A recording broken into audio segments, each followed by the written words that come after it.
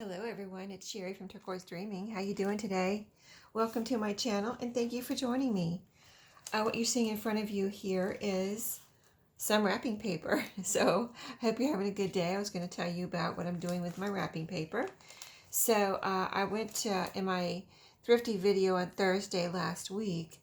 If you watched that, you will have seen that I brought home from the thrift store some new wrapping paper books, and they were like the Paisley, and the William Morris, really beautiful.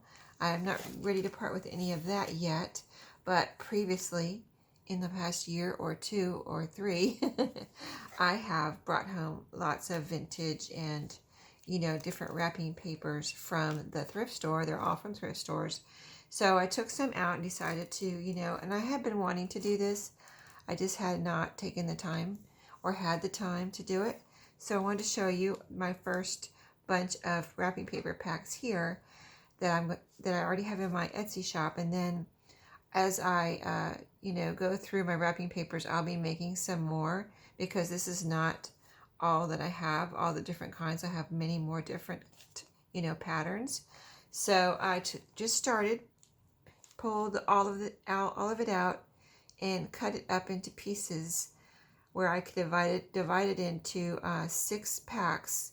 So I divided up what I have, if you know what I mean. Like, for instance, this piece right here, I didn't have very much. This is white on the back. But I divided this up into basically 7 pieces. 6 pieces for these packs and 1 piece for me, this size right here. So, I have a few that are small, and then the rest are kind of, big squares, because all the wrapping paper that I've brought home, the vintage and the older, wrapping paper, is folded into squares. And some of it I picked up in, and I'll just start flipping here, but some of when I picked it up, most of it was still wrapped, like never used, in the plastic wrap that they used to wrap that square, where they folded it into squares, and they had it in the original plastic wrap. But a couple of them were not in plastic wrap. So, and I'll try to show you those, but here's another one. This one, actually, I had more of it, but I used some of it. So this is all I had left, where I could divide it into 6 pieces like this. And this is like the Flower Power, I'm going to say 70s type wrapping paper. And then I have, this is a thicker one. I don't know who it was made by. I don't think it came in a plastic wrap, but pretty floral. And this one has a grid on the back. I have a few like this with the grid on the back. Really, really pretty.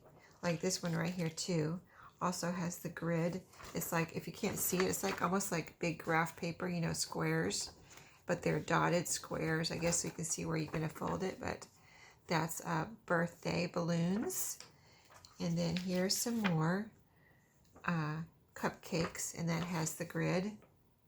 That's the thicker one. And then the rest of these, I think, came in packages, except for couple on the bottom here. So this is some, and this is even starting, this one, I think this one's starting to brown a little bit, but this is some seed packet looking wrapping paper. I thought it was so pretty when I found it. I kept a piece for myself so I could use it maybe in a farm journal or a cookbook journal or something. But really pretty, I thought, with all these vibrant colors of vegetables and flowers, and then little seed packets. So then here's another pretty one. You can see I have just a variety. I didn't try to make a theme or anything. Just like I said, started from the top of my wrapping paper and started, dividing it up into 6 different little bundles here. But that's a really pretty one. It's white on the back, but it's like almost looks like stained glass to me, but it's blues and golds. Yeah, there's some golds in here, like right there, and the butterflies are gold. So really pretty. This is this is Train. This one came in a plastic wrap too, vintage. And it's blue with these white diagrams of trains. I thought that was so neat when I found it. I've never seen anything like that, except for when I picked it up in the store, in the thrift store. So here's some floral, more floral. This one's pink on the back. I thought that was cool. This one has a black background, as you can see, with the pretty flowers. blues here and pinks and the greens, really pretty. And this is a floral also with the pink on the back, but it's you can see the colors.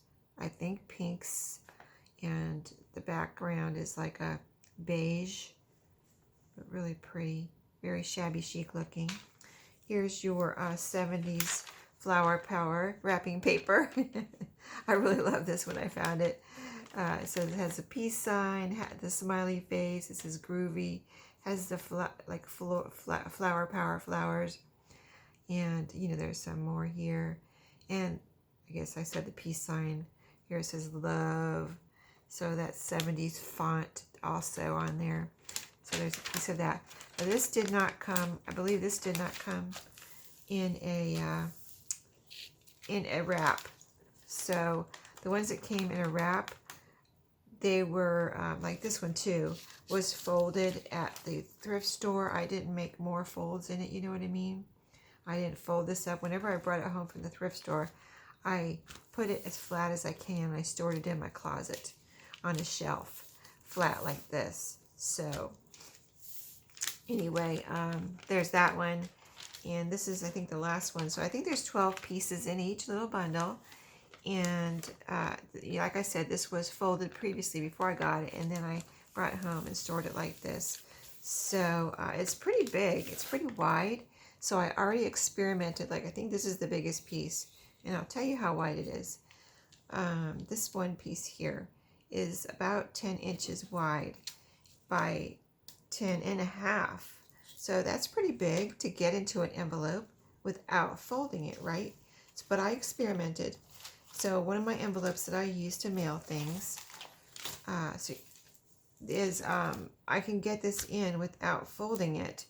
I already experimented, but what I have to do that is I was going to put it in an envelope, another little white envelope that I use for putting my coffee dyed paper in. My coffee dyed paper will fit in there straight without folding, and then I put it in the white envelope, like a flat envelope, and then I put it in the bubble envelope to mail it.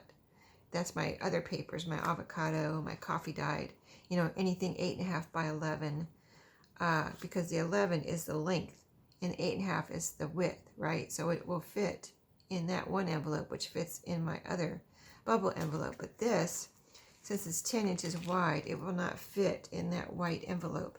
So what I did, I looked around and I just decided to put some white copy paper on either side. So I have 2 pieces of paper, white copy paper on this side, and 2 pieces of paper, white copy paper on this side for protection. And then I put it in my bubble envelope so that I don't have to fold it again. You know, the bigger pieces I won't have to fold. So you'll get it just like this between those pieces of paper in a bubble envelope. I think that's the best I can do without adding a lot of bulk or you know, weight or whatever to the package, because this is light, you know, it's wrapping paper. This is it. It's 12 pieces. So it's a good little bundle, but still it's not heavy or anything. So I just wanted to let you know I wasn't folding it. I'm going to do the best I can to put it between those papers and then get it in there, and you'll get it without any more folds being added by me. But you saw the flat pieces, and only 2 pieces really that were folded were on the bottom here pretty much. So anyway, I wanted to let you know those are in my shop, and I had fun making these, and I look forward to making some more. So I'll be back with you to let you know what else I do. My next video tomorrow will be about some linens and lace bundles that I'm getting together. And I'm just like having fun making bundles apparently. So I'll show you that tomorrow. So look for that.